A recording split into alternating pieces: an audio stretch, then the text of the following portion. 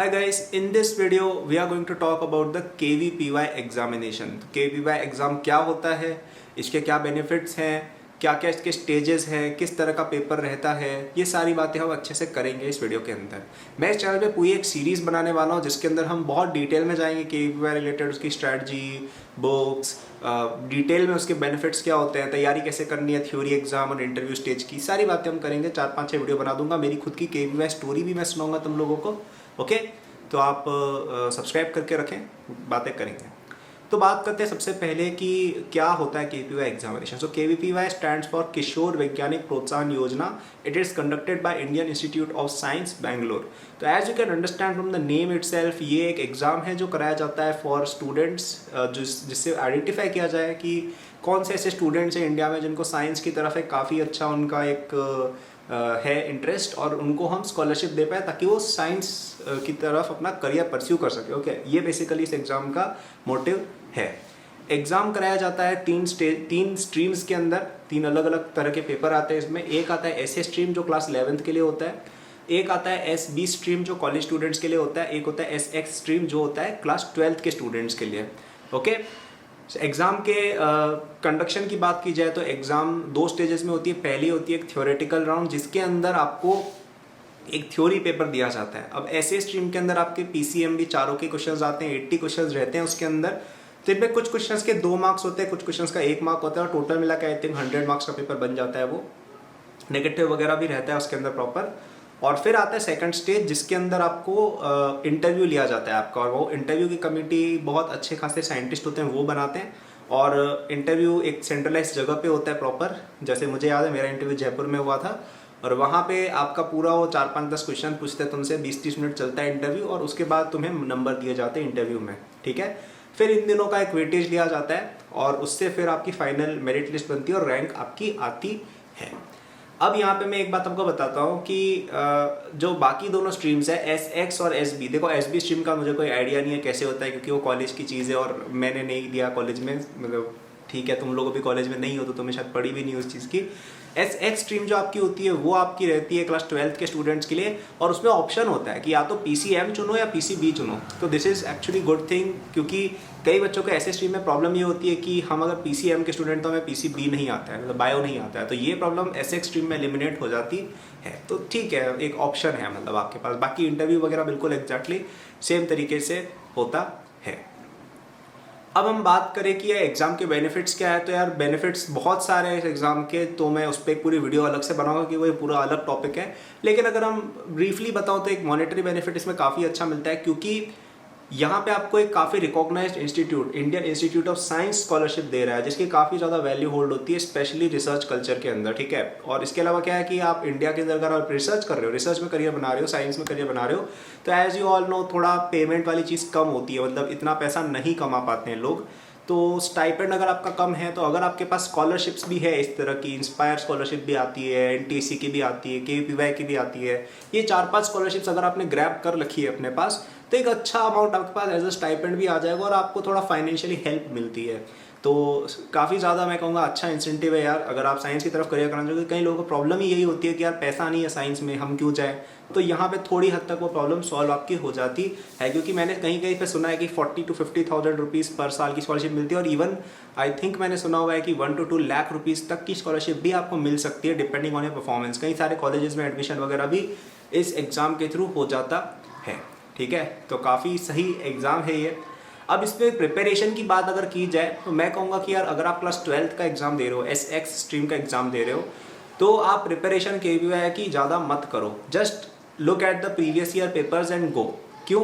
क्योंकि यार आप जब क्लास 12th में हो, आपके सामने आपका JEE एग्ज़ाम भी पड़ा हुआ है, और JEE एग्ज़ाम लिटरली सबसे इंपॉर्टेंट चीज़ है। जो लोग ये नहीं समझते समझ जाओ, 11th-12th में अगर सबसे इंपॉर्टेंट कोई एग्ज़ाम है वो JEE है। आपके ओलंपियाड वगैरह कोई काउंटर नहीं करते हैं, केवल एक एग्ज़ाम सबसे ज़्यादा इंपॉर्टेंट है, JEE और नीट। मैं भी पहले यही सोचता था कि ओलंपियाड KVPY बहुत इंपॉर्टेंट होते हैं, लेकिन गाइस वो इंपॉर्टेंट है, ऐसा नहीं है कि इंपॉर्टेंट नहीं है, लेकिन जेई और नीट से आपका करियर बनता है, वो बहुत इंपॉर्टेंट है, ये चीज़ हमेशा दिमाग में रखना।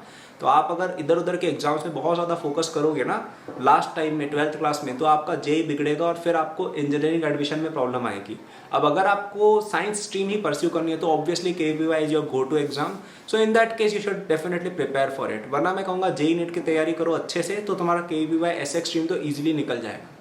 केवीवाई ऐसे स्ट्रीम देखो थोड़ा सा कॉम्प्लिकेटेड है गाइस, क्योंकि उसमें क्या है कि थोड़ी चीज़ें 12th क्लास की भी आती है और 11th क्लास तो देखो उसमें आता ही है, और बायो भी मोस्टली 9th-10th की रहती है, but a few things are asked from 11th-12th as well, क्योंकि यार उनको क्या ऐसे बच्चे चाहिए जो साइंस में एक्स्ट्रा इंटरेस्ट रखते हो, तो वो तुम्हारे सिलेबस की चीज़ें पूछेंगे तो यार हर कोई कर लेगा, राइट? तो डिफरेंशिएशन कैसे हो पाएगा? सो इसलिए वो थोड़ा सा अच्छी चीज़ें पूछ लेते हैं। तो यहाँ पे मैं कहूँगा कि सबसे पहले तो आपका 11th क्लास का जो सिलेबस चल रहा है वो बहुत अच्छे से क्लियर होना चाहिए अल्टीमेट तरीके से। अगर आप ये भी कर लेते हो तो तुम्हारा अच्छा खासा स्कोर बन जाएगा कई बार, मतलब सिलेक्शन जितना स्कोर तुम्हारा आ जाएगा शायद। ओके, फिर अगर हम बात करें आगे क्या करना है, तो थोड़ा बहुत तुम 11th-12th का बायो देख सकते हो, थोड़ा बहुत 12th क्लास का तुम फिजिक्स देख सकते हो, केमिस्ट्री के अंदर ऑर्गेनिक के कुछ क्वेश्चन आ जाते हैं 12th क्लास के, वो थोड़ा बहुत तुम देख सकते हो। लेकिन एक प्रॉब्लम जो मैंने नोटिस किया कि वो ऐसे स्ट्रीम की प्रिपरेशन में स्पेशली वो ये है कि उसका जो सिलेबस है काफ़ी ज़्यादा वियर्ड है। मतलब तुम ऐसे स्पेसिफिकली नहीं बोल सकते हो यार कि ये पर्टिकुलर चीज़ जो है ये मैं पढ़ लूँगा तो मेरा हो जाएगा, मतलब खुद से नहीं कर सकते। तुम बुक्स ढूंढने पढ़ जाओगे, एच वर्मा वगैरह उठाओगे, एनसीईआरटी उठाओगे, कंफ्यूज होगे और कुछ भी नहीं होगा, राइट? तो इसका एक सॉल्यूशन जो मैंने डिज़ाइन किया, मैंने केवीवाई ऐसे स्ट्रीम की तैयारी के लिए डेडिकेटेडली कोर्स डिज़ाइन किया हुआ है, जिसके अंदर जितने भी टॉपिक्स पहले हैं वो आपके 9th-10th लेवल से हमने स्टार्ट किए हैं एकदम बेसिक, क्योंकि ऐसे स्ट्रीम का बेस 9th-10th रहता है, उसको उठा के वो 11th-12th पे ले जाके फिर पूछते हैं, ठीक है, स्पेशली बायो वगैरह के अंदर। तो पहले हमने 9th-10th के बेसिक्स वगैरह आपको अच्छे से बताया है, फिर उसको हम NTSC लेवल या थोड़ा ढंग के लेवल पे लेके गए, फिर हमने 11th-12th के जो टॉपिक्स जो आपको पता होने चाहिए केवीवाई एग्जाम में, क्योंकि केवीवाई आपकी 11th के मिड में हो जाएगा, तो तब तक तुमने 11th-12th का ज़्यादा नहीं पढ़ा होगा, तुम्हारा जेई सिलेबस 80% बचा हुआ होगा। तो तब तुम्हारे लिए इंपॉर्टेंट ये है कि पहले तो हमने 9th-10th के बेसिक्स को बहुत अच्छे से रिवाइज करो, उसके बाद 11th-12th को उसके बेसिस पे on top of that build करो।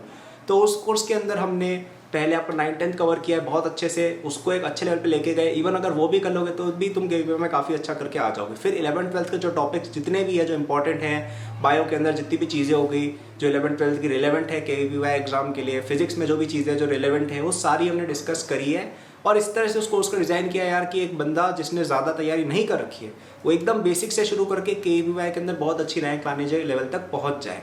तो डिस्क्रिप्शन में आपको कोर्स का लिंक मिल जाएगा। कोर्स का नाम है IJSO/KVY कोर्स। अब ये मत सोचना कि अरे IJSO क्या होता है, IJSO भी एक एग्जाम है जो काफ़ी सिमिलर होता है केवीवाई से, तो इसलिए हमने दोनों को एक ही में क्लब करके आपके लिए दे दिया है। तो if you are a KVY aspirant and अगर आप खुद से पढ़ने में डिफिकल्टी पा रहे हो, और आएगी भी यार क्योंकि मैंने खुद की हुई है, मुझे पता है डिफिकल्टी आती है, तो तुम उस कोर्स को ले सकते हो। पूरा पढ़ लोगे, केवीवाई की तैयारी तुम्हारी काफ़ी अच्छे से हो जाएगी, ठीक है? तो काफ़ी सारी इन्फॉर्मेशन मैंने दी है। आई नो कि पूरा डिटेल में नहीं था ये वीडियो, क्योंकि यार बहुत डिटेल्स है इस एग्ज़ाम के अंदर, ठीक है? इंटरव्यू के ऊपर 10-12 मिनट की एक वीडियो बन सकती है, सिलेबस के ऊपर वीडियो बन सकती है बहुत बड़ी, राइट? तो इसलिए सब पे मैं अलग अलग पूरी एक सीरीज़ बनाऊंगा, तो सब्सक्राइब करके रखना यार, और चैनल सर्च कर लेना अगर फ्यूचर में कभी देख रहे हो 5-6 महीने बाद मैं बना चुका हूँ, ओके? तो समराइज करें, केवीवाई काफ़ी प्रेस्टीजियस एग्जाम है, काफ़ी प्रेस्टीजियस ऑर्गेनाइजेशन IASC से कंडक्ट कराती है, मॉनेटरी बेनिफिट बहुत अच्छा है, रिकॉग्निशन बहुत अच्छी है एग्जाम की, कई सारे कॉलेजेस में एडमिशन मिल जाता है, so you should definitely prepare for it. पहले स्टेज 1 के लिए तैयारी करेंगे, क्लास 12th में अगर हो तो जेई नीट पे ध्यान दो, हो जाएगा एग्जाम अपने आप क्लियर। क्लास 11th में हो तो अपने जेई को तो क्लियर करना ही है, साथ ही में थोड़ा बहुत आपको आगे का भी पढ़ना रहेगा बायो के अंदर और स्पेशली फिजिक्स के अंदर। तो अगर आप खुद से पढ़ सकते हो बहुत अच्छी बात है, अगर नहीं हो पा रहा है, प्रॉब्लम आ रही है, तो हमारा केवीवाई का कोर्स ले सकते हो, ऐसे स्ट्रीम के लिए डिस्क्रिप्शन में मिल जाएगा, ठीक है? और दैट वाज द वीडियो। पसंद आए तो लाइक करना यार, है ना, सब्सक्राइब करना। बहुत सारी बातें करेंगे केवीवाई रिलेटेड और बाकी एग्जाम्स भी कई सारे, उनसे रिलेटेड हम बातें करेंगे इस चैनल पे। Thank you, all the best, take care.